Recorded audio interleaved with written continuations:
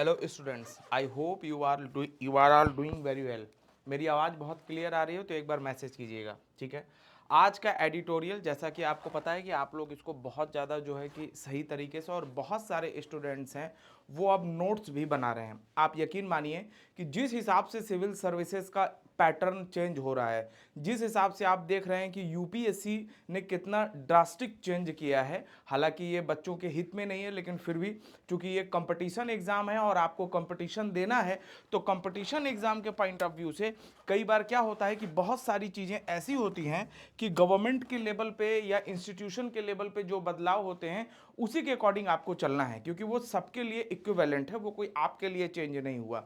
तो हमने जो ये सीरीज शुरू किया था एडिटोरियल का, आप में से जैसे कि जो ऑफलाइन भी स्टूडेंट्स हैं, इनमें भी बहुत सारे बच्चों ने हमसे कहा था कि सर हमें एडिटोरियल का एनालिसिस या एडिटोरियल एटलीस्ट जो इंपॉर्टेंट लगे उसके पॉइंट ऑफ व्यू से एक क्लास आनी चाहिए। तो ये क्लास अब लाइव भी आती है यूट्यूब पे। इसके अलावा हम एक ना करंट अफेयर पे, हालांकि देखिए कोई भी चीज़ शुरू करना बड़ी बात नहीं है, वो कितना पोटेंशियल के साथ आपके जो यूज़ में कितना बेनिफिट आएगा।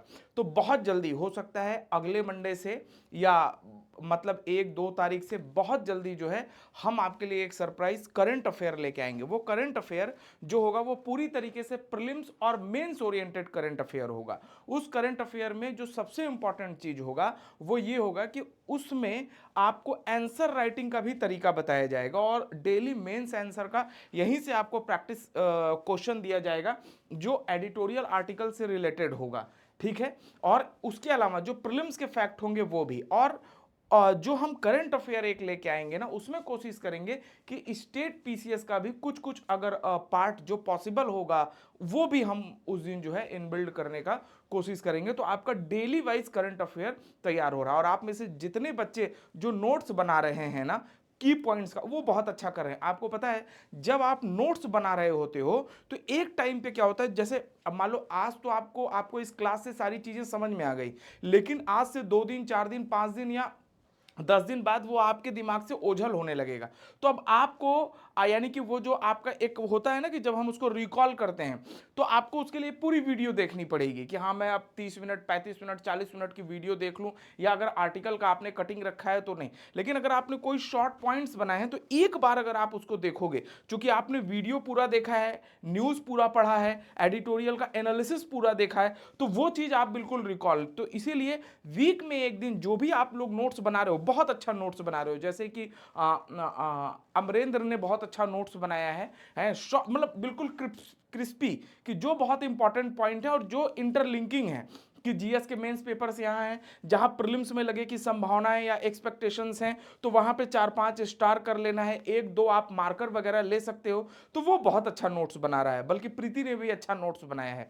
तो इन सारी चीजों को इसी के अकॉर्डिंग आप जो है फॉलो करो। बस एक मेरा सजेशन आपसे ये है कि वीक में एक दिन, यानी कि जब आप लास्ट जो वीकेंड होगा ना, चाहे वो वीकेंड आप सैटरडे रख लो या संडे रख लो, उसमें आप रिवीजन जरूर करना। नहीं तो क्या है, बाद में जब आप रिवीजन करोगे तो आपको फिर बहुत प्रॉब्लम आएगी। तो बाद में रिवीजन नहीं करना है, इस बात को ध्यान रखना है ना। चलिए, बाकी ठीक चल रहा है आप लोगों का। चलिए, आज का जो आर्टिकल है वो क्या है, India's energy strategy need price correction, यानी कि उसी पे है। आपको पता है कि आज के समय पे 2-3 चीजें बहुत ज्यादा अभी हाइक पे है, कि किस तरीके से पेट्रोल डीजल और भी यानी कि जो ईंधन के साधन है उन पर क्या हो रहा है, यानी कि जो ऑयल है या ये कह लीजिए जो एनर्जी के सोर्सेज हैं उस पर क्या हो रहा है कि प्राइस लगातार इंक्रीज हो रहा है। तो ये द हिंदू का आर्टिकल है, और द हिंदू में यही दिया है इंडियाज एनर्जी। ये जो राइटर हैं ये आज इसी के बारे में बात करेंगे, इस पूरे आर्टिकल के बारे में। तो ये बहुत आर्टिकल आपके लिए इंपॉर्टेंट है ना, ये पेपर 3 के अकॉर्डिंग बहुत इंपॉर्टेंट है। ठीक, अब देखते हैं, और हम जो पीछे 2-3-4 जो हम आर्टिकल देखते आए हैं उससे भी ये इंटरलिंक्ड है। अब देखिए इस आर्टिकल में फोकस एरिया क्या है। सबसे पहले एनर्जी सिक्योरिटी के बारे में बात की गई है कि एनर्जी सिक्योरिटी क्या है। ग्लोबल ऑयल क्राइसिस क्या है, किसका इंपैक्ट क्या पड़ रहा है, फ्यूल प्राइसिंग पॉलिसी क्या होनी चाहिए और क्या अभी एक्चुअल चल रहा है, क्या सही है या गलत है बढ़ना, जियोपॉलिटिक्स ऑफ एनर्जी, यानी जो पहले जियोपॉलिटिक्स चलता था अब उसका डायरेक्ट इंपैक्ट एनर्जी पे क्या दिख रहा है, क्या ऐसा है कि आने वाले समय में एनर्जी डिप्लोमेसी चलेगी, इस पे बात की गई है। और इकोनॉमिक सस्टेनेबिलिटी कितनी इंपॉर्टेंट है, क्योंकि इसमें बात बताया गया है कि जो इकोनॉमी है वो कहीं ना कहीं किससे चलता है, पूरा का पूरा जो है एनर्जी बेस है। अगर सपोज करिए कि कहीं पे भी अगर एनर्जी खतरे में आती है फॉर एग्जांपल, तो उसका जो जो हमारी जो अर्थव्यवस्था है, जो हमारी इकोनॉमी है, वो कहीं ना कहीं जो सस्टेन नहीं कर पाएगी, है ना। क्योंकि आपको ये बात स्वीकार करनी होगी कि जो इंडिया है वो अभी भी क्या है, इंडिया अभी बहुत ज़्यादा सस्टेनेबल नहीं है एनर्जी के मामले में, है ना। हम अभी भी बहुत सारा एनर्जी जो है दूसरे के ऊपर डिपेंडेंट है। यानी अगर एक बात कहा जाए कि इंडिया क्या है, अभी हमारे पास अपने सोर्सेज नहीं है ना। तो इसी के बारे में इस आर्टिकल में पूरा डिटेल से बात किया गया है, वन बाय वन हम जो है इसको हम देखते हैं। चलिए, आर्टिकल का जो देखिए जो मुख्य बात है वो क्या कही गई है कि वैश्विक, आपको पता है कि वर्ल्ड लेवल पे, है ना, कि इंडिया ने कैसे मैनेज किया है कि ग्लोबल एनर्जी जो क्राइसिस इफेक्टिव चल रहा है उसके बाद भी इंडिया क्या कर रहा है, अपना जो तेल मैनेजमेंट है उसको बहुत अच्छे से मैनेज किया है। आर्टिकल में इस बात को बताई गई है और यह भी दिखाया गया है कि हालांकि कुछ कॉन्ट्राडिक्टरी है कि इंडिया में जो तेल प्राइसेस बढ़े हैं और जो विदेशों में इस टाइम पे जो फॉरेन कंट्रीज हैं वहां और यहां पे भी एक चार्ट के माध्यम से दिखाया गया है। वो अलग बात है कि दोनों ही देशों में जो पर कैपिटा इनकम है उसमें जमीन और आसमान का अंतर है। अब देखिए, artificial low fuel price can't continue for ever. Article में ये बात कही जा रही है कि कभी भी कोई भी देश, सपोज करिए कि अगर ये पूरा भारत है तो एक बात कही जा रही है कि अगर पूरे भारत में 150 करोड़ का अगर पॉपुलेशन है और 150 करोड़ के पॉपुलेशन में आप घुमा के देखिएगा, चाहे वो किसी भी वर्ग का हो, आप एक बार एनालिसिस करके देखिए, वो किसी भी वर्ग का हो, उस वर्ग को कहीं ना कहीं एनर्जी से ही उसकी लाइफ स्टाइल या उसका जो जीवन है वो ऊर्जा पे ही डिपेंडेंट है। किस पे, अब सपोज करिए कि किसी को कहीं भी जाना है, अगर आपको एक तेल भी चाहिए, सपोज करिए आपको क्या चाहिए, राइस चाहिए, तो राइस भी राइस मिल से तभी आएगा, या आपको अगर खेत का काम करना है, एग्रीकल्चर का काम करना है, आप सर्विस करते हो, यानी बिना ऊर्जा के, बिना एनर्जी के आप पूरा सिस्टम कोलैप्स हो सकता है। तो आर्टिकल में यही बात की जा रही है कि अगर हमें इतनी बड़ी अर्थव्यवस्था को चलाना है तो अर्थव्यवस्था को चलाने के लिए जो आर्टिफिशियल जो फ्यूल का प्राइस है उसको जो हम लो रख रहे हैं ना, वो बहुत ज्यादा दिन तक कंटिन्यू सरवाइव नहीं कर सकता। अगर इसको हम बहुत ज्यादा दिन तक सरवाइव करेंगे तो पूरा का पूरा सिस्टम क्या है, कोलैप्स कर जाएगा। लेकिन ये बात कही जा रही है कि इसको जो है कि बढ़ाना, यानी कि जो तेल की कीमत है उसको धीरे धीरे जो है बढ़ाना, वो क्या है, वो बहुत ज्यादा जरूरी है। इसी पे पूरा का पूरा बात आर्टिकल आपका आज जो है डिपेंडेंट है और चलेगा।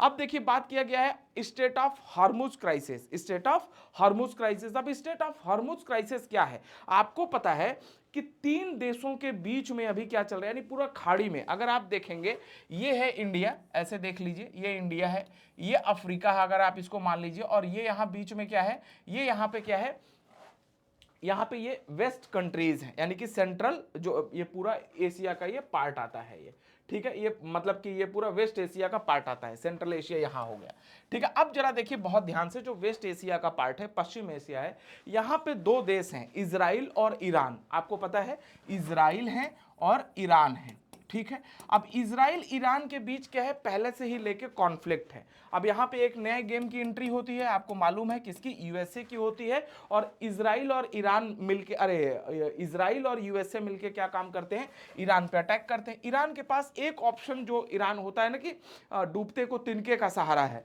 तो ईरान के पास क्या है, यहाँ पे स्टेट ऑफ हॉर्मुज, ये जो आप देख रहे हैं बहुत सकरी सी खाड़ी, ये जो आप खाड़ी का पार्ट देख रहे हैं, ये एरिया जो आप देख रहे हैं, ये क्या है, यही है स्टेट ऑफ हॉर्मुज या हॉर्मुज की खाड़ी, ठीक है। अब देखिए, ये स्टेट ऑफ जो हॉर्मुज है, यहां पे किसका कंट्रोल है, ईरान का कंट्रोल है।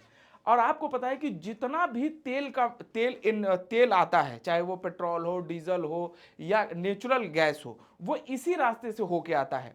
सबसे बड़ी दुख की बात क्या है कि भारत का अप्रोक्सीमेटली इस रास्ते से 50 से 60% जो एनर्जी है वो इसी रास्ते से आता है, इसी रास्ते से। जब से यहाँ क्राइसिस हुआ है तो क्या समस्या है कि भारत का जो एनर्जी आपूर्ति है, यानी जो सप्लाई चेन है, वो पूरी तरीके से डिस्टर्ब हो गया है, सप्लाई चेन। इसके अलावा क्या है, इसके अलावा इसमें क्या हो गया कि जो मेजर ग्लोबल क्रूड ऑयल है वो बिल्कुल फंस गया। अब इसके अलावा अब जब पता है आपको कि कहीं पे भी एक प्रॉब्लम आता है तो उससे रिलेटेड 10 प्रॉब्लम क्रिएट होता है, ठीक। जब शिपिंग डिस्ट्रप्शन हुआ यहाँ पे तो यहाँ क्या हो गया, आपको पता है कि जो फ्रेट है यानी जो कॉस्ट है, यानी कि जो ले आने ले जाने का जो भाड़ा है, जैसे जो जहाज यहाँ से तेल लेके मान लीजिए आ रहा है और आपके देश में लाके आपको दे रहा है, तो वो अब वो क्या खतरों से आ रहा है ना, वो झेल के। आपको याद होगा कि कोविड के टाइम पे अगर कोई कोई कहीं कहीं अगर फंसे थे, जब उनको अपने घर जाना था या कहीं पे, तो आपको पता था कि जहां पे जो प्राइस 10 रुपए होना था, जो रेट 10 रुपए होना था, वो इंक्रीज होके कितना हो गया था, लोगों ने 100 रुपए भी वसूला था। ये सिर्फ एक इंडिकेटेड अमाउंट मैं बता रहा हूं। तो फ्रेट बढ़ेगा, फिर क्या होगा, एक्सपेंसिव मरीन इंश्योरेंस। जब यहां पे आपको पता है कि यहां क्या है, वॉर चल रहा है, ये पूरा ओपन वॉर जोन बना हुआ है। अगर ये पूरा ओपन वॉर जोन है तो यहां से जो शिप आ रहे हैं उस पर अटैक हो रहा है, तो उनका क्या होता है, इंश्योरेंस होता है। जैसे जब इंश्योरेंस होगा तो इंश्योरेंस कंपनियों को अब बहुत ज्यादा खतरा है कि अगर जिस पे अटैक होगा तो हमें कंपनसेट करना होगा अकॉर्डिंग टू पॉलिसी। तो उन्होंने अपना क्या किया कि जो मरीन इंश्योरेंस जो चार्ज करते थे वो अब क्या कर दिया, बहुत ज्यादा एक्सपेंसिव कर दिया। वो जब आपको पता है कि तो जो ट्रांसपोर्ट का सिस्टम है वो कहां से लेगा, वो यहीं से तो चार्ज लेगा, तो ऑयल अपने आप, ऑयल का रेट क्या होगा यहाँ पे, इंक्रीज करेगा, ठीक है। तो इसी तरीके से जो क्रूड ऑयल का प्राइस है वो ग्लोबल मार्केट में बहुत ज्यादा हाइक कर रहा है। ये बात जो है इस आर्टिकल में बताई गई है। अब एनर्जी सिक्योरिटी और जियोपॉलिटिक्स क्या कहता है, जरा देखिए। आने वाले समय में ऐसा इनका मानना है कि ऊर्जा का जो सुरक्षा है वो भू राजनीति से, यानी कि जो एनर्जी सिक्योरिटी है ना, वो जियोपॉलिटिक्स से समझा जाए, यानी energy security is inseparable from geopolitics. अब ये क्या है कि जो आने वाला टाइम है, जैसे सपोज करिए कि जियोपॉलिटिक्स पहले एनर्जी को इफेक्ट नहीं करता था, ठीक है, लेकिन अभी चूंकि हर चीजें अब क्या है कि 21वीं सदी यानी 21st सेंचुरी में क्या है कि बहुत सारी चीजें जो है कि आप देखेंगे हम डिजिटलाइजेशन की ओर जा रहे हैं, हम ऑटोमेटिक चीजों की ओर जा रहे हैं। तो किसी में भी आप देखिएगा एनर्जी की जरूरत पड़ेगी किसी भी चीज में। तो अब ये क्या कर रहा है, सप्लाई चेन को क्या कर रहा है, डायरेक्ट इफेक्ट कर रहा है। जो जियोपॉलिटिक्स यानी कि जो जियोग्राफिकल कॉन्फ्लिक्ट्स हैं कहीं पे भी, अब वो डायरेक्ट सप्लाई चेन को क्या कर रहा है, इफेक्ट कर रहा है। और oil security is not strategic issue, not just economic issue. अब ये क्या है, ये एक, अब ये कौन सा इशू हो गया, अब इसके लिए भी जैसे आपको पता है कि इससे पहले भी हमने एक आर्टिकल देखा था, तो उसमें एक राइटर ने एक सजेशन दिया था कि जैसे हम अपने देश की सुरक्षा व्यवस्था के लिए एनएसए बनाते हैं, यानी नेशनल सिक्योरिटी एडवाइजर, उसी तरीके से एक नेशनल एनर्जी एडवाइजर भी बनाने की जरूरत पड़ेगी। ये बहुत अच्छा पॉइंट था, और इसको आप लोग या एक कमेटी या ऐसा कुछ भी, इसको आप लोग हमेशा सजेशन में भी नोट डाउन कर सकते हैं, ठीक है। अब इंडिया एनर्जी डिपेंड, जो मैंने आपको पहले बताया कि इंडिया का जो एनर्जी है वो बहुत ज़्यादा एक विडंबना है, या एक आप इसको बुरी बात कहिए कि हम बहुत सारा एनर्जी जो है हम डिपेंडेंट होते हैं किसके ऊपर, कच्चे तेल के ऊपर। और जो भी हमारा कच्चा तेल है वो क्या है, वो हम जो है दूसरे देशों के ऊपर डिपेंडेंट है। तो इससे क्या होता है, जब कहीं भी ग्लोबल जब क्रूड क्राइसिस, जब ग्लोबल जब क्रूड ऑयल पे जब कोई भी क्राइसिस या वहां पे कोई भी प्रॉब्लम क्रिएट होता है, तो ऑलरेडी जो ऑयल जो प्राइसेस है वो क्या होता है, वो अफेक्टेड होता है। जब वो होगा तो इन्फ्लेशन, फिजिकल स्टेबिलिटी और इकोनॉमी ग्रोथ, ये सब कुछ क्या होंगे, इफेक्टेड होंगे। सब एक दूसरे से जुड़े हुए हैं, पूरी अर्थव्यवस्था एक दूसरे से जुड़ी हुई है। फिर बात की गई है ग्लोबल फ्यूल प्राइसेस और इंडिया। यहाँ पे 3 देशों का नाम दिया गया है इंडिया को छोड़ के, जैसे में जर्मनी, यूके यानी इंग्लैंड है, और हांगकांग है, ठीक, और भारत है। यूके में 200 यानी कि जर्मनी में 220 रुपए प्रति लीटर इंडियन करेंसी की बात करें तो, यूके में कितना है 204 रुपए लीटर, 204 रुपए, और हांगकांग में 291 रुपए प्रति लीटर, और भारत में 95 नहीं है, लगभग 100 रुपीज पर लीटर यहाँ पे बात की जाए। अब यहाँ पे लेकिन एक चीज कंट्राडिक्टरी है कि जर्मनी, यूके, हांगकांग में जो पर कैपिटा इनकम है, जो क्या है पर कैपिटा इनकम है वो भी बहुत ज़्यादा हाई है। तो यहाँ लेकिन फिर वही बात है कि बात यहाँ सिर्फ महंगाई और बात ये है कि प्राइस जो है वो हर जगह, चूंकि ये जो स्टेट्स हैं ये वेलफेयर, ये अपने नागरिकों के लिए बहुत ज़्यादा जो है ये क्या करते हैं, वेलफेयर का काम करते हैं। क्योंकि कोई भी जो स्टेट होता है, स्टेट का मतलब जब आप अंतर्राष्ट्रीय स्तर या इंटरनेशनल लेवल पे बात करते हैं तो स्टेट का मतलब किसी देश या कंट्री से लगाया जाता है। स्टेट का मतलब हम कोई यूपी, बिहार, असम या अरुणाचल प्रदेश या कर्नाटक, तमिलनाडु या कश्मीर नहीं समझते। ठीक है,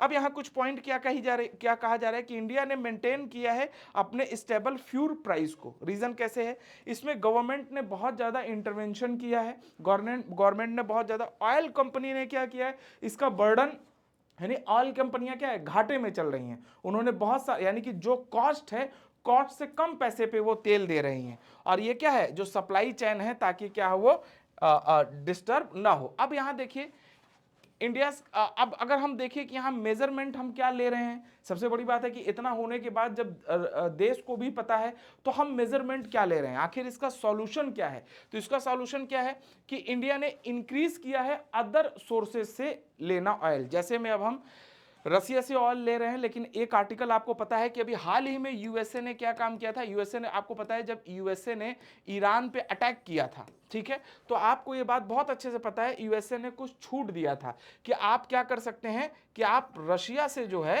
रशिया से आप क्या काम कर सकते हैं, आप ऑयल ले सकते हैं। रशिया से आप क्या कर सकते हैं, आप ऑयल ले सकते हैं। लेकिन बहुत ज़्यादा समय पे अभी हाल ही में फिर यूएसए ने क्या काम किया कि एक फिर और एक एडवाइजरी जारी की कि अब आप पे जो छूट या सैंक्शन किया जा रहा है वो क्या है, वो अब बहुत ज़्यादा टाइम तक वो इफेक्टिव नहीं रहेगा। वो बहुत ज़्यादा टाइम तक क्या रहेगा, इफेक्टिव नहीं रहेगा। ठीक है, तो इस पे भी बहुत ज़्यादा क्राइसिस, बहुत ज़्यादा क्रिटिसिज्म हुआ था कि यूएस कौन होता है बताने के लिए कि इंडिया ऑयल कहाँ से खरीदे, इंडिया ऑयल कहाँ से खरीदे, हम रशिया से लेंगे या ईरान से लेंगे ये हमारी मर्जी, वो एक अलग मुद्दा है। तो अब भारत क्या काम कर रहा है, इंक्रीज कर रहा है, यानी अपना जो सोर्स है उसको डाइवर्सिफाई कर रहा है, रशिया से, यूएसए से और वेस्ट अफ्रीका से, और इसके अलावा अटलांटिक बेसिन से। तो इससे हमें बेनिफिट क्या होगा कि जो गल्फ ऑयल सप्लाई है, यानी जो गल्फ कंट्रीज हैं, जो वेस्ट एशिया की कंट्रीज है, उनके ऊपर जो हमारा डिपेंडेंसी है वो क्या होगा, धीरे धीरे कम होता जाएगा। लेकिन ऐसा नहीं कि हम पूरी तरीके से कम कर सकते हैं, हमारी मजबूरी है। ठीक, क्योंकि अगर हम सपोज करिए, एक तो क्या है, सप्लाई चेन यहां से बहुत ज्यादा आसान है। दूसरा चीज क्या है कि इनके पास जो भंडार है, यानी इनके पास जो क्या है, रिजर्व है ना, और इनके पास जो सिस्टम होता है, कोई कहीं पे कोई चीज पहले से सिस्टम चला रहा है, तो उस सिस्टम से निकल के नए जोन में जाना वो थोड़ा सा एक चैलेंजिंग होता है। लेकिन हाँ, आपको हमेशा प्लान बी और सी हमेशा साथ लेके रखना चाहिए, जो इंडियन गवर्नमेंट मेजर जो है स्टेप जो है वो देख रही है। इसके अलावा आपको पता है हम क्या कर रहे हैं, हम इसके अलावा, ये तो किस चीज की बात हो रही है, ये फ्यूल की बात हो रही है, यानी कि रीन्यूएबल एनर्जी की अभी हम बात नहीं कर रहे हैं, अभी हम परंपरागत एनर्जी की बात कर रहे हैं। ठीक है, आप ध्यान रखिएगा, एक आर्टिकल हमने और देखा था, इसीलिए कह रहा हूं एक आर्टिकल दूसरे आर्टिकल से इंटरलिंकिंग है। जब आप पेपर डेली पढ़ेंगे ना, जब आप पेपर 360 डेज पढ़ेंगे, तब आप देखेंगे कि आपका जो सोचने का तरीका है वो बिल्कुल चेंज हो जाएगा। आपको याद होगा कि एक हमने आर्टिकल और देखा था, उस आर्टिकल में इससे रिलेटेड ही एक क्वेश्चन था कि क्या भारत रीन्यूएबल एनर्जी के ऊपर हम जा रहे हैं, जैसे नवीकरणीय ऊर्जा के ऊपर, ठीक है, जिसमें क्या आता है, सोलर आता है, विंड एनर्जी आता है, हम जिस एनर्जी के ऊपर हम जा रहे हैं, ठीक है, क्या ऐसा, लेकिन अभी भी जो भारत, अभी जो इंडिया है, इंडिया का जो बैकबोन है वो कहाँ है, वो अभी भी किस पे है, वो कोल पे है, अभी भी किस पे है, कोल पे है, यानी कि कोयले पे है। आज भी हम जो 70%, आज भी हम जो 70% हमारे यहाँ जो चलता है ऊर्जा, मतलब इलेक्ट्रिसिटी या जो भी, उसका जो बैकबोन है वो क्या है, 70% हम किस पे यूज करते हैं, वो हम कोल को ही यूज करते हैं। जबकि नवीकरणीय ऊर्जा जो है या रीन्यूएबल जो एनर्जी है वो अभी भी अप्रॉक्सीमेटली 50% ही हम यूज करते हैं। जबकि 2014 से लेके 2000 कितना 2014 से लेके 2026 तक, एक्चुअली मार्च तक, इस बजट तक हमने कितना किया है, 42% के आसपास हमने क्या काम किया है, उसको मतलब एक्सपेंड करने का काम किया है, 42% तक एक्सपेंड किया है। लेकिन जो हमें बदले में एनर्जी मिल रही है वो कितना मिल रहा है, टोटल 15% के आसपास अप्रॉक्सीमेटली हमें टोटल का टोटल एनर्जी जो है अभी तक मिल रहा है। ठीक है, तो ये बात हो गई। इसके अलावा स्ट्रेटजिक पेट्रोलियम रिजर्व, यानी कि जो पेट्रोलियम का रिजर्व है उस पर भी हमें स्ट्रेटजी बनाने की जरूरत है। यानी इंडिया स्ट्रेंथनिंग इमर्जिंग जो क्रूड ऑयल रिजर्व, जैसे में कि हमने यूएई से एक एग्रीमेंट किया है ऑयल स्टोरेज के रिगार्डिंग, ये बहुत इंपॉर्टेंट है क्योंकि उनके पास तकनीक बहुत सही तरीके से है। इससे क्या होगा कि बैकअप सप्लाई ड्यूरिंग द, अगर कभी हमारा अगर ग्लोबल क्राइसिस आता है जो कि आपको नहीं पता होगा कि अंतरराष्ट्रीय मार्केट में या कौन सा चीज, जैसे में दो तरीके से हो सकता है, एक ह्यूमन मेड हो सकता है, एक क्राइसिस हमेशा दो तरीके से होता है, ठीक है। जैसे एक क्या होगा, एक ह्यूमन मेड होगा और दूसरा क्या होगा, नेचुरल होगा, ठीक है। दूसरा क्या होगा, नेचुरल। ह्यूमन मेड क्या होगा, जैसे अभी आप तुरंत इजराइल और यूएस और ईरान का वॉर देख रहे हैं, ठीक। और नेचुरल क्या हो गया, आपने जैसे पेंडेमिक देखा, जैसे में कोविड देखा, और अभी हाल ही में फिर से एक इबोला वायरस है ना, कब कौन सा पेंडेमिक किस रूप में ले ले, तो ये सब देखते हुए हमें अपनी एनर्जी सिक्योरिटी को और ज़्यादा इन्हेंस करना होगा और सिक्योर करना होगा और एश्योर करना होगा कि हमारी चीज़ें बहुत ज़्यादा सिक्योर हो, ताकि हमारे लोगों पे जो बर्डन है वो कम से कम पड़े। रिफाइन और डोमेस्टिक सप्लाई का स्टेबिलिटी, गवर्नमेंट ने क्या किया है, जो रिफाइनरीज हैं, जितनी भी अभी हमारे पास रिफाइनरीज हैं, उनको पूरी तरीके से ऑर्डर दिया है कि जितनी उनकी मैक्सिमम कैपेसिटी है, फॉर एग्जाम्पल बता रहा हूं, मान लीजिए 100 बैरल है ना, या मान लीजिए 100 मीट्रिक टन, या जो भी एक अप्रॉक्सीमेटली, वो अपने मैक्सिमम लिमिट पे क्या कर रही हैं, ऑयल को रिफाइन करके जो है मार्केट में सप्लाई का काम, ताकि जो सप्लाई है वो कहीं से ना रुके और डोमेस्टिक जो फ्यूल सप्लाई है वो क्या रहे, वो मेंटेन रहे। इससे हमें बेनिफिट क्या मिलेगा कि मार्केट में पैनिक क्रिएट नहीं होगा और मार्केट में शॉर्टेज नहीं आएगा। अभी भी लेकिन कई जगहों पे आप देखेंगे कि जो फ्यूल है वो आपको गाड़ी के टैंक में मिल रहा है, लेकिन कई बहुत छोटे छोटे शहर हैं जहां पे अगर आप गैलन या जैसे पहले कुछ लेके जाते तो होता, जैसे अभी भी मान लीजिए कोई आदमी किसान है, तो किसान अभी भी क्या करता है, जो ट्रैक्टर है या जो गाड़ी है, मोटर है या जो चलाना है, तो वो तो गैलन में ही लेके जाएगा ना लेने, अब वो मशीन को थोड़ी ना लेके जाएगा। लेकिन अभी क्या है, उनको ऑयल मिलने में दिक्कत हो रही है क्योंकि वो स्टोरेज के लिए ऑयल नहीं दे रहे हैं। लेकिन बहरहाल ये चीज़ें अपनी सही हो जाएंगी कुछ समय पे, होपफुली, ऐसा हम मानते हैं, ठीक है। इसके अलावा एलपीजी एक्सपेंशन और उज्ज्वला स्कीम, आपको पता है उज्ज्वला स्कीम 2014 में उज्ज्वला स्कीम को जो है लॉन्च किया गया था 14.5 करोड़, यानी कि अभी प्रेजेंट में अगर आप देखेंगे तो अप्रॉक्सीमेटली 30+ करोड़, यानी कि 33+ करोड़ लोगों ने क्या काम किया है, इस स्कीम से बेनिफिट वो लाभ उठा रहे हैं। और इससे हमें बेनिफिट क्या है कि जो क्लीन कुकिंग एनर्जी है उसका एक्सेस मिला है। इससे दो बेनिफिट है, एक तो क्या है कि जो हमारा रीन्यूएबल एनर्जी है, या आप ये कह लीजिए जो हमारा क्या है ट्रेडिशनल एनर्जी का पैटर्न था, जैसे मान लीजिए हम लकड़ी पे खाना बना रहे हैं, कोयले से रिलेटेड यानी कोल पे बना रहे हैं, तो उससे बेनिफिट है। उसके अलावा इसका बेनिफिट हमें हेल्थ में भी देखने को मिला है कि बहुत सारी, आपको पता है कि टीबी, दमा, ये बहुत सारा क्या होता था, बीमारी भी होता था, बहुत सारा डिजीज भी होता था, है ना, महिलाओं को इन सारी चीज़ों से, तो उससे भी हम सिक्योर हुए हैं। लेकिन मेन पर्पज जो आर्टिकल के अकॉर्डिंग है वो क्या है कि हम यहाँ भी धीरे धीरे काम कर रहे हैं ताकि जो इंक्लूसिव ग्रोथ का जो एक संकल्प है या जो इंक्लूसिव ग्रोथ का जो एक कॉन्सेप्ट है वो जल्दी से जल्दी क्या किया जा सके, अचीव किया जा सके। अब देखिए प्रोटेक्टिंग एग्रीकल्चर भी हमें ध्यान देना है। कल ही आपने देखा था कि भारत ने इंडिया और ऑस्ट्रेलिया, आपने देखा था ना कल के आर्टिकल में कि इंडिया और ऑस्ट्रेलिया के बीच में जो एफटीए हुआ है ना, फ्री ट्रेड एग्रीमेंट हुआ, उसमें क्या किया, ऑस्ट्रेलिया ने तो अपना 100% मार्केट इंडिया के लिए खोल दिया, लेकिन इंडिया ने अपना मार्केट कितना खोला, 70% खोला। आपने देखा बाइलेटरल रिलेशन कितना हुआ, अप्रॉक्सीमेटली जो है 32 बिलियन डॉलर के आसपास, 32 बिलियन डॉलर के आसपास, जिसमें भारत घाटे में है। भारत का आपको पता है कि एफडीआई बहुत कम मिल रहा है भारत को, हम क्या फॉरेन इन्वेस्टमेंट के लिए काम भी करते हैं कि बहुत सारे लोग आएंगे, तो उसमें एक बहुत बड़ा सेक्टर है कि जो ऑस्ट्रेलिया है वो क्या करता है, वो एग्रीकल्चर बेस्ड इकोनॉमी है, लेकिन ऑस्ट्रेलिया का जो एग्रीकल्चर या जो कृषि पद्धति है वो क्या है, वो एक्सपोर्ट्स बेस्ड है।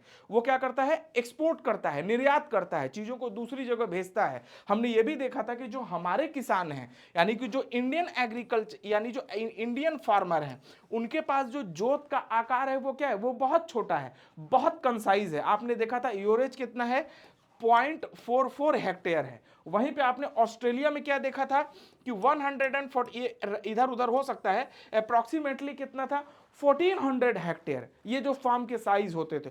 तो आप जरा देखिए कितने परसेंट का अंतर है ना। तो ये और प्लस इसके बाद इनके पास हाईली टेक्नोलॉजी है, बहुत टेक्नोलॉजी है, हमारे पास वो सब कुछ भी नहीं है, स्टोरेज वगैरह कुछ नहीं, तो हम नहीं कर सकते। तो गवर्नमेंट को अभी क्या करना है, सिर्फ और सिर्फ सबसे पहले क्या करना है, प्रोटेक्ट करना है, अपने लोगों को प्रोटेक्ट करना है। कि अभी हम किस पे हैं, जैसे अभी हमारे यहाँ क्या है, आप देखिए जो इंडिया की इकोनॉमी है लगभग 16% 15% अप्रोक्सीमेटली जो एग्रीकल्चर है वो इंडिया की जीडीपी को क्या करता है, डोनेट करता है 60% अप्रोक्सीमेटली। लेकिन अब आप ये देखिए कि अगर वो 60% डोनेट करता है जीडीपी में, लेकिन आप ये देखिए कि जो लोग जिनको जो लोग लाइवलीहुड पे हैं, यानी कि जिनका जीविकोपार्जन कहीं ना कहीं एग्रीकल्चर से रिलेटेड है, ऐसे लोगों की संख्या कितनी है, 50% से ज्यादा है। यानी कि अप्रोक्सीमेटली 80 करोड़ से के लोग से ज्यादा लोग डायरेक्ट इनडायरेक्ट कहीं ना कहीं, या ये नंबर इससे ज्यादा भी हो सकता है, जो किससे हैं, एग्रीकल्चर बेस्ड है। और जिनका किसान का यानी जो उनका जो दायरा है एग्रीकल्चर का वो कितना है,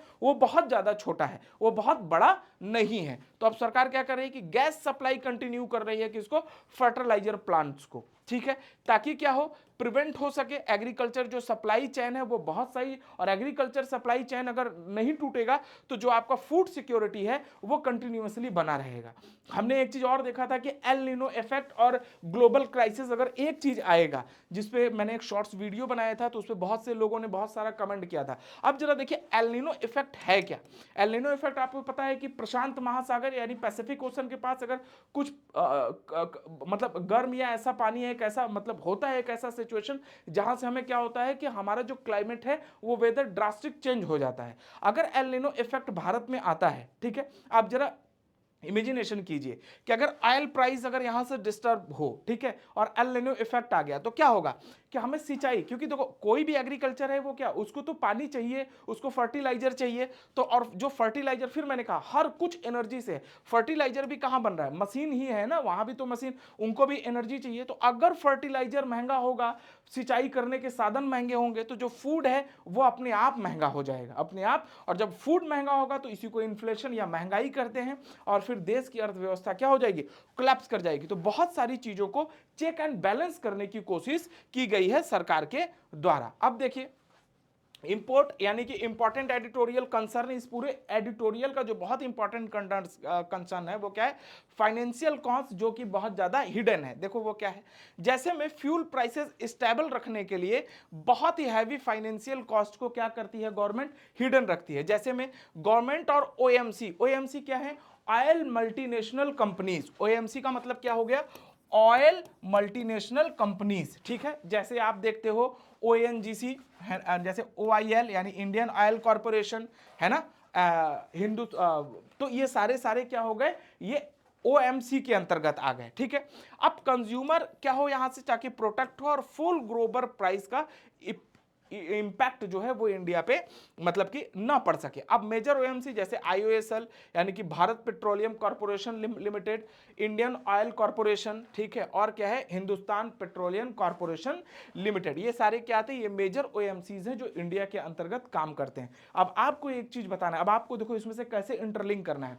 अब आप ये देखना, हमेशा पूछता है कि इकोनॉमी में भी पूछता है और आपके प्रीलिम्स में यहां से क्वेश्चन आ सकता है कि जो महारत्न कंपनियां हैं, कौन है, महारत्न कंपनियां, जो बेटा नोट्स आप लोग बना रहे हो ना, तो वहां शॉर्ट्स में ऐसे लिखा करो कि महारत्न कंपनी कितनी है। जब महारत्न कितनी है और मिनी रत्न कितनी है, इनका एक कैटेगरी बनाओ, ठीक है। उसके बाद सबसे ज्यादा जिस हिसाब से क्वेश्चन का पैटर्न लगातार चेंज होता जा रहा है, आपको क्या करना है, अब यहीं से देखो कि जो महारत्न उनका क्राइटेरिया क्या है ना, वो क्राइटेरिया यानी कि कौन से क्राइटेरिया को फुलफिल करेंगे तब उनको किसका दर्जा मिलेगा, किसका स्टेटस मिलेगा, महारत्न कंपनी का दर्जा मिलेगा या स्टेटस मिलेगा। मिनी रत्न, तो ये आपका एक हो गया। जैसे एनटीपीसी बताना मेरे को क्या है, एनटीपीसी क्या है, ठीक है। चलो अब क्या हो गया, ये काम क्या करें, fuel should below the market link prices, ताकि ये क्या काम करे, तो ये मार्केट के प्राइस को बहुत ज्यादा हाइक नहीं होने दें, इसलिए तेल कंपनियां क्या कर रही हैं और गवर्नमेंट मिलके लगभग डेली 700 से 800 करोड़ रुपए का ये लॉस झेलती है डेली। कितना लॉस झेलती हैं, 700 to 800 crore according to article, जो बात कही गई है एक्सपर्ट्स के द्वारा, ठीक है। अब देखिए गवर्नमेंट ने क्या एक्शन लिया कि रिडक्शन इन एक्साइज ड्यूटी, बहुत ज्यादा temporary restriction to the refined fuel exports पे हम करेंगे, बहुत ज्यादा इंपॉर्टेंट है ये। इसके अलावा डोमेस्टिक फ्यूल अवेलेबिलिटी बनी रहे, इसका ऑब्जेक्टिव क्या है, और इन्फ्लेशन को हम क्या करें, बहुत ज़्यादा जो है कि हम कंट्रोल रखेंगे। इस सब कुछ कुछ जो है स्टेबिलिटी जो है बनाई जा रही है। अब दो चीज़ बहुत इंपॉर्टेंट है इकोनॉमी के लिए। एक शॉर्ट टर्म जैसे होता है ना कि मान लीजिए हमारे घर में कोई एक मुसीबत आ रही है, फॉर एग्जांपल मान लो कोई एक छत है जहां से पानी चू रहा है। शॉर्ट टर्म क्या है कि आप सोचते हो कि हम उस पर कोई चीज मतलब लगा दें, कुछ हल्का सा सीमेंट लगा दें, लेकिन उसके दो शॉर्ट और लॉन्ग टर्म हमेशा किसी भी चीज को टालना, शॉर्ट और लॉन्ग टर्म दो हमेशा मुसीबत बनता है। शॉर्ट टर्म मुसीबत क्या हो सकता है, शॉर्ट टर्म मुसीबत आपके लिए ये हो सकता है कि तुरंत तो समस्या आपकी सही हो जाएगी, लेकिन लॉन्ग टर्म वो क्या हो सकता है, जैसे इसीलिए मान लीजिए आपको कोई डिजीज है, कोई प्रॉब्लम है, जैसे बीमारी, मान लीजिए कोई भी आपको प्रॉब्लम हो, एक दिन, दो दिन, तीन दिन से ज्यादा टॉलरेट नहीं करना चाहिए आपको उसके एक्सपर्ट, क्योंकि जख्म ही हमेशा नासूर बनता है, वो आपको पता नहीं चलेगा कि कब कौन सा आपको प्रॉब्लम हो जाएगा। ईश्वर न करे कभी किसी को ऐसा हो, लेकिन सिर्फ हमेशा ध्यान रखिए। तो इसमें क्या है, शॉर्ट टर्म तो ये यूजफुल है, इस क्या आप तेल प्राइस नहीं बढ़ाएंगे, आप लगातार घाटा झेलते जाएंगे, लेकिन जब आप इसी को इसके लिए, लेकिन आप जैसे अभी तो हम तो उपाय ढूंढ रहे हैं, लेकिन अगर सेम यही चीज लॉन्ग टर्म चलेगा तो क्या होगा, इससे जो इकोनॉमी है वो क्या हो जाएगी, वो बिल्कुल खतरे में आ जाएगी, वो बिल्कुल क्या होगा, ट्रबल होगा, कोलैप्स हो सकता है। इस पर रिस्क क्या है, फिजिकल डिफिसिट हमेशा बढ़ने के चांसेस होंगे, पब्लिक फाइनेंस क्या होगा, वो बहुत ज्यादा वीक होता चला जाएगा, और जो एएमसीज हैं उनकी बैलेंस शीट जो है, एएमसीज यही जो आपने अभी देखा, ऑयल मल्टीनेशनल जो कंपनीज हैं वो क्या है, वो बिल्कुल कहाँ चली जाएंगी, जो उनका अपना एक मेंटल स्ट्रेस है वो हमेशा डाउन होता चला जाएगा। और लास्ट में क्या होगा कि मार्केट जो है वो क्या होगा, उसका उसका हमेशा खतरा रहेगा जो है कि कहीं से भी वो मार्केट अनस्टेबल हो सकता है। ठीक है, अब इंपॉर्टेंट कॉन्सेप्ट है कि स्ट्रक्चर वल्नरेबिलिटी यानी Indian oil dependency is not temporary. सबसे इंपॉर्टेंट चीज जाना है, जो मैं आपको यही बता रहा हूं कि जो इंडिया का ऑयल डिपेंडेंसी है ये कोई टेम्परेरी इशू नहीं है कि यार ये तो 4 दिन की बात है। मैंने आपको क्या बताया, क्योंकि हम ऑयल में सफिशियंट नहीं है, या ये कहीं हम आत्मनिर्भर नहीं है, हमको आत्मनिर्भर बनना है लेकिन टाइम लगेगा। प्रेजेंट में हमारे पास कुछ ऐसा उपाय नहीं है। जैसे आपको पता है कुछ कंट्रीज ऐसी हैं जिन्होंने अपने आप को आत्मनिर्भर किया है, जैसे में इजराइल भी उन्हीं में से एक कंपनी है, मतलब एक देश है। उसके अलावा जापान एक बहुत बड़ा उदाहरण है। आप जापान में देखिए कुछ भी नहीं होता, नथिंग, लेकिन Japan one of the fastest growing economy है, one of the developed countries में एक नाम आता है। अब कहीं पे भी चली जाइए, टेक्नोलॉजी से, अपनी मेहनत से, अपने लगन से कोई भी देश कहीं भी पहुंच सकता है, कहीं भी, है ना, कहीं भी। बहुत, अब देखिए अभी हाल ही में भारत के प्रधानमंत्री 5 देशों के यात्रा पे गए थे, उसमें स्कैंडिनेवियन कंट्री था, हम नॉर्वे गए। आपने देखा होगा कि ऐसी जगहों पे हम, बहुत छोटे छोटे कंट्री हैं, वो हमारे एक एक स्टेट से भी छोटे हैं। ठीक है, हमारे स्टेट तो खैर बहुत ही बड़ा है। हमारे यूएसए की आबादी लगभग अप्रॉक्सीमेटली 25 करोड़ के आसपास है, थोड़ा बहुत आगे पीछे हो सकता है। और हमारे सिर्फ हमारे यहाँ अगर हम यूपी का अगर हम देख लेना तो यहाँ लगभग 21 पॉइंट समथिंग सीआर जो है यहाँ की पॉपुलेशन है। तो हमारे उत्तर प्रदेश से थोड़ा सा पॉपुलेशन के अकॉर्डिंग अगर आप एरिया वाइज आओगे तो बहुत बड़ा है। ठीक है, तो मैं यहां क्या बात कर रहा था कि ये बहुत सारे लोग क्या है, डिपेंडेंट हुए, तो हम भी हो सकते हैं। लेकिन अगर जो प्रेजेंट सिनेरियो है, जो अभी की बात हो रही है ना, जो प्रेजेंट सिनेरियो है, प्रेजेंट सिनेरियो क्या है, प्रेजेंट सिनेरियो में ऑयल डिपेंडेंसी जो है हमारी, जो हमारी ऑयल की डिपेंडेंसी है वो टेम्परेरी नहीं है, वो परमानेंट है। होगा और हो जाने में बहुत अंतर है। रीजन क्या है कि जो हमारे मेजर सेक्टर्स है ना, वो फॉसिल्स ऑयल पे ही, यानी कि जो जीवाश्मी ईंधन है, जो क्या है जो जीवाश्मी ईंधन है, फॉसिल्स ऑयल है। और आपको पता है जीवाश्मी ईंधन यानी जो फॉसिल्स ऑयल, ये एक दिन में नहीं बनते। ये कैसे बनते हैं, जैसे आज से लगभग सपोज करिए कि आज कोई पेड़ पौधा अगर जमीन के अंदर दब जाए, ठीक है, आज से लगभग 1000, 2000, 10,000, 20,000, 10,000, 1 लाख भी हो सकता है ईयर एगो, मान लीजिए 1 लाख ईयर एगो। क्यों किया जाता है कि 1 लाख ईयर एगो के बाद ये जाके क्या है, प्रेशर से ये जाके ये क्या होंगे, ये ऑयल यानी कि ये क्या होंगे, ये मिनरल या ये कहिए ये एनर्जी में कन्वर्ट होंगे। ये 1-2 दिन की बात नहीं है, तब कहीं जाके इसमें से, यानी जो आप आज ऑयल देख रहे हो, इनका जो प्रोसेस है, यानी जो भी आज आप देख रहे हो डिपेंडेंसी एनर्जी का, ये जो आज जहां आप देख रहे हो, ये आज से लगभग 1000, 10,000, 20,000, 1 साल का, 1 लाख साल का प्रोसेस है। तो ह्यूमन का लाइफ क्या है, आप जरा इमेजिनेशन करो, 100 ईयर मान लो ह्यूमन का लाइफ, तो 0.000% से भी मतलब कैलकुलेट नहीं कर पाओगे कि ह्यूमन की लाइफ तो कुछ है ही नहीं। अर्थ पे ह्यूमन की लाइफ एग्जिस्ट ही नहीं करती। अर्थ, अच्छा आप एक चीज बताओ, आप लोगों ने ज्योग्राफी अगर आप मैंने आप बताओ अर्थ की लाइफ क्या है, अर्थ कितने ईयर पुराना है, पढ़ाई होगा, बहुत बेसिक सा क्वेश्चन है, मुझे बताना। ठीक है, तो यहां पे क्या है कि अर्थ की लाइफ क्या करती है, एग्जिस्ट ही नहीं करती है। तो अब क्या है यहां पे जो हमारा, हमें हमेशा रियलिस्टिक सोचना होगा। रियलिस्टिक क्या हो गया कि जो मेजर सेक्टर्स हैं वो डिपेंडेंट है अभी भी किस चीज पे, फॉसिल्स फ्यूल पे। अब फॉसिल यानी जीवाश्मी ईंधन पे। जीवाश्मी ईंधन क्या है, जो प्रकृति के द्वारा बहुत समय पे बनता है, जो नेचुरल वे में बन रहा है। अब वो कौन कौन से हैं, ट्रांसपोर्ट। अब ट्रांसपोर्ट में आप आ जाओ, कार, मोटर, बस, ट्रक जो आप देख रहे हो वो सब किससे चलते हैं, डीजल पेट्रोल से चलते हैं। एविएशन पे आ जाओ आप, यानी कि ट्रांसपोर्ट के 3 साधन है ना, आप देखो कहीं पे भी ट्रांसपोर्ट के 3 से 4 साधन हो गए।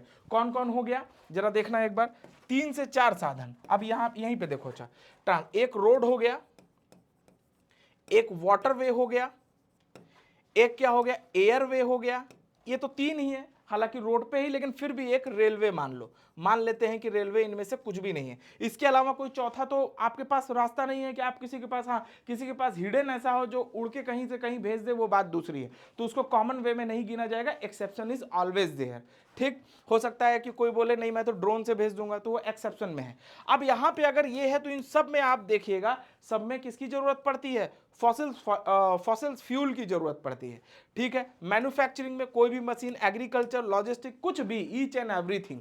तो अब आपको यहां से क्या होगा, बहुत ज्यादा प्रॉब्लम होगी। इसलिए हमारी अभी इकोनॉमी किस पे डिपेंडेंट है, फॉसिल्स फ्यूल पे ही डिपेंडेंट है। अब पीएम नरेंद्र मोदी ने अभी हाल ही में कुछ चीज में क्या कहा था, अनाउंस किया था, मतलब एक पब्लिक डोमेन में उन्होंने अपना एक मैसेज कन्वे किया था। क्या था वो मैसेज, कि फ्यूल का कंजर्वेशन करना है आपको, फ्यूल को क्या बचाना है, सस्टेनेबिलिटी के साथ यूज कीजिए, जहां हो सके आप पूल ट्रैवलिंग का यूज कीजिए, यानी कि लोगों के साथ जाइए, पब्लिक ट्रांसपोर्टेशन का यूज कीजिए, सिर्फ इसीलिए उन्होंने कहा था।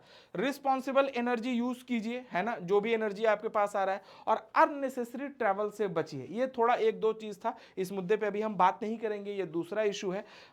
और रिमोट वर्क वेयर पॉसिबल, यानी कि वर्क फ्रॉम होम की बात की थी। किसी नेता ने शायद वर्क फ्रॉम होम को होम फ्रॉम वर्क, ऐसा मतलब कुछ उटपटांग सा बात बोला था, मेरे को ऐसा याद नहीं आ रहा है अभी क्या बोला था। गवर्नमेंट इज प्रिपेयरिंग सिटीजन, यानी कि कभी भी आपको क्या, एनर्जी का अननेसेसरी आपके ऊपर बर्डन ना पड़े, एनर्जी का क्या पड़े, अननेसेसरी आपके ऊपर बर्डन ना पड़े। अब क्या होगा, प्राइस क्या है। अब एक चीज बहुत ज्यादा सही तरीके से बताया गया है इस आर्टिकल के अकॉर्डिंग, कि जो प्राइस है ना, जैसे अभी हमारा सीपीआई है पर कैप, यानी कि जो हमारा एक सीपीआई का जो हमारा इन्फ्लेशन है वो क्या है, 3.2 से 3.5 के जो है कि बीच में है। तो यानी ये सेगमेंट बहुत सही है। तो जो मॉडरेट फ्यूल प्राइस है वो इंक्रीज करने पे भी क्या है, इकॉनमी क्या कर लेगी, यहां पे मैनेजेबल है, इकॉनमी अभी भी क्या कर लेगी, मैनेजेबल है। लेकिन हम बहुत ज्यादा दिन तक अगर हम इसको टॉलरेट करेंगे तो इकॉनमी कोलैप्स हो जाएगी, क्योंकि बहुत ज्यादा दिन तक हम इसको लॉस नहीं कर सकते। तो इसमें सिर्फ यही बात बताया गया है कि जो तेल है, तेल के प्राइस को जो इंक्रीज किया जा रहा है वो क्या है, वो जस्टिसेबल है ग्लोबल क्राइसिस को देखते हुए या ग्लोबल सिनेरियो को देखते हुए। कुछ सजेशन भी दिया गया है, सजेस्टेड पॉलिसी। अब हमें क्या है कि वन टाइम कैलिब्रेटेड, यानी कि एक बार में आपको फ्यूल का प्राइस बढ़ा देना चाहिए, एक बार में। उसके अलावा अराउंड यहां बताया गया कि 13% तक फ्यूल का प्राइस जो है कि बढ़ सकता है। ठीक है, इससे बेनिफिट क्या होगा, अगर हम इसमें सजेस्ट किया है कि 13%, जैसे सपोज करिए अगर 100 रुपए अगर पेट्रोल है तो 13 रुपए हो गया, यानी कि प्लस 13 इज इक्वल टू कितना हो गया, 130 रुपीज, 130 रुपीज तक अप्रोक्सीमेटली ये रेट बढ़ सकता है। ठीक है, अब इससे क्या होगा, जो ओएमसी का, यानी कि जो ऑयल से रिलेटेड कंपनियां हैं उनके लॉसेस कम होंगे, लोअर फिस्कल बर्डन बढ़ेगा, और एनर्जी का मार्केट हमेशा क्या होगा, वहां पे स्टेबिलिटी बनी रहेगी। अब इसके अलावा भी बात की जा रही है कि वर्ल्ड क्या है, वर्ल्ड इंटायरिंग, पूरा का पूरा वर्ल्ड क्या है, न्यू एनर्जी एरा में जो है जा रहा है। एक बात तो एकदम तय है, कभी भी जब कोई आपदा आता है, आपने देखा होगा आपदा हमेशा कुछ ना कुछ अवसर लेके आता है, यानी आपदा में आपको कुछ ना कुछ, यानी कभी भी कोई क्राइसिस आता है तो आपके साथ बहुत ज्यादा अपॉर्चुनिटीज भी दिखती हैं। है ना। अब वो अपॉर्चुनिटीज क्या हैं जरा देखिए, न्यू एनर्जी एरा का एक टैग दिया है, बहुत अच्छा ये कॉन्सेप्ट है। अगर आप अपने आंसर में अगर ऐसा ऐसा चीज लिखेंगे ना तो आपको बहुत हाई मार्क्स मिलेगा, ठीक है। अब देखिए क्या हम न्यू एनर्जी एरा, जैसे देखिए न्यू एनर्जी एरा, ये जो न्यू एनर्जी एरा की बात की जा रही है ना, कि जैसे देखिए न्यू एनर्जी एरा के अगर कैरेक्टरिस्टिक्स को भी देखेंगे, इसके कैरेक्टर्स को अगर आप देखें, यानी कि geopolitical instability, energy insecurity, supply disruption और ऑयल प्राइसेस क्या होना, वायलेट होना। इसके अलावा स्ट्रेटजिक इकोनॉमी जो है कि कंपटीशन। कहीं पे आप देखिए कि जो न्यू एनर्जी एरा है वो क्या है कि अगर हम एनर्जी को बहुत ज़्यादा अगर हम कंट्रोल करते हैं, एनर्जी को अगर हम बहुत ज़्यादा अपने कंट्रोल में कर लेते हैं, तो कोई भी इकॉनमी वो बहुत ज़्यादा बूम होगी। जैसे सपोज करिए कि हमारे पास जो अपॉर्चुनिटीज़ हैं वो क्या हैं, जैसे अगर सिर्फ अगर मैं इस आर्टिकल से थोड़ा हट के बात करूं तो हर चीज़ की, जैसे आप देखिए हमारे पास क्या है, खंबात की खाड़ी है, आप देखिए हमारे पास राजस्थान के पास, आप देखिए, मुझे अच्छा बताइएगा, अब आप यहां से एक चीज़ कीजिए कि भारत का विंड एनर्जी में टॉप 3 स्टेट कौन है। अब यहां से आपको देखिए, आपको हमेशा ऐसे ही क्वेश्चन निकालने होंगे प्रीलिम्स के लिए। टॉप 3 विंड एनर्जी में टॉप 3 स्टेट कौन है इंडिया के। सोलर एनर्जी में, सोलर एनर्जी में इंडिया का टॉप 3 स्टेट कौन है, ये सब आपको पास करके लिखना पड़ेगा। तब आप देखोगे कहीं जाके कि आपका एक बहुत अच्छा सा क्राइटेरिया तैयार होगा। और हमें यह देखना होगा कि इनका पोटेंशियल क्या है और हमारा टारगेट क्या है। जैसे भारत ने 2070 तक नेट जीरो का कार्बन रखा है, नेट जीरो कार्बन का टारगेट रखा है, कितने तक, 2070 तक, है ना, नेट जीरो कार्बन, कि हम जो है कार्बन यानी फॉसिल्स फ्यूल या ये सब चीज हम कार्बन जनरेट वगैरह नहीं करेंगे। तो हमें ये जो मैंने आपको बताया था एक आर्टिकल कि जिसमें अभी 14 या 14% ही अप्रॉक्सीमेटली जो है फ्यूल हम रीन्यूएबल एनर्जी का हम टोटल चीज हम क्या कर रहे हैं, हम अभी जनरेट कर पा रहे हैं। तो क्या 2070 तक ये पॉसिबल है। तो आप जब एक एक करके, जैसे अच्छा आप में से बहुत सारे बच्चे ऐसे होंगे जो पहली बार देख रहे होंगे तो उनको ऐसा लग रहा होगा कि नहीं कैसे क्या, तो इसको क्या करिए आप कनेक्ट होके देखते चलिए। जब आप कनेक्ट होंगे तो एक क्लास से दूसरा क्लास, दूसरे से तीसरा और तीसरे से चौथा, ये सब कनेक्ट होता चला जाएगा। तो ये कुछ डिस्ट्रप्शन की बात है। इसके बाद अगर हम इसके कंक्लूजन पे आए तो इन्होंने भी फ्यूचर एनर्जी स्ट्रेटजी के लिए भी कुछ की प्रायोरिटीज बताया है कि आप क्या करके, जैसे में मल्टीपल ऑयल रिसोर्सेज पार्टनरशिप हमें करना होगा, जो हम ऑलरेडी कर रहे हैं। आप देख रहे हैं कि हम किस तरीके से रशिया के साथ हम एग्रीमेंट कर रहे हैं, हम किस तरीके से, आपने देखा यूएसए के साथ एग्रीमेंट कर रहे हैं, आपने देखा कि हम किस तरीके से जो है वेस्ट अफ्रीकन कंट्रीज है हम वहां से भी कर रहे हैं। इसके अलावा इफिशियंट फ्यूल यूजेज यानी हमें कंजर्वेशन भी करना चाहिए। रीन्यूएबल एनर्जी ये बहुत इंपॉर्टेंट आ गया, यानी कि जिसमें हम देख रहे हैं सोलर एनर्जी, विंड एनर्जी और ग्रीन हाइड्रोजन से रिलेटेड, यानी जो रीन्यूएबल एनर्जी है इसकी जो हमारे पास जो कैपेबिलिटी है उसको हमें बहुत तेजी से इंक्रीज करने की जरूरत है। रियलिस्टिक प्राइसेस यानी कि सस्टेनेबल फ्यूल प्राइसेस होना चाहिए, और एनर्जी को हम कैसे सिस्टमैटिकली जो है कि टैकल कर सकते हैं। तो पूरे के पूरे आर्टिकल में ये बात कही गई थी। ठीक है, कल फिर मिलते हैं एक नए क्लास की ओर। अगर आपको क्लास पसंद आया होगा तो प्लीज आप मुझे एक बार बताइएगा कि क्या इस फॉर्मेट को ये, लेकिन आपको देखिए अगर आपको क्वालिफाई करना है तो फॉर्मेट तो आपको ऐसे ही रखना पड़ेगा, टाइम लगेगा। अगर आप सोचोगे ना, जैसे आज का जो चलन है कि पहले आदमी शॉर्ट वीडियो देखता था 10 से 12 मिनट का, अब आ गया है शॉर्ट पे, नहीं होगा क्वालिफाई सिविल सर्विसेज, टाइम मांगता है। आपको पढ़ना पड़ेगा, आपको एडिटोरियल पढ़ना पड़ेगा, आपको बुक्स पढ़ने पड़ेंगे, आपको लिखना पड़ेगा, सोचना पड़ेगा। लेकिन एक बार अगर इसकी अगर आपको आदत लग जाएगी ना, फिर आपको बहुत मजा आएगा। यकीन मानिए कि सिविल सर्विसेज की अगर आपने अच्छे से प्रिपरेशन कर लिया ना तो आप इंसान बन जाएंगे। आपके पास ना एक मतलब सोचने समझने की एक शक्ति हो जाएगी, थिंकिंग कैपेबिलिटी जनरेट हो जाएगा। ठीक है, तो बताइएगा अगर इसको कंटिन्यू करेंगे तो हम फिर इस पे क्या लेके आएंगे, एक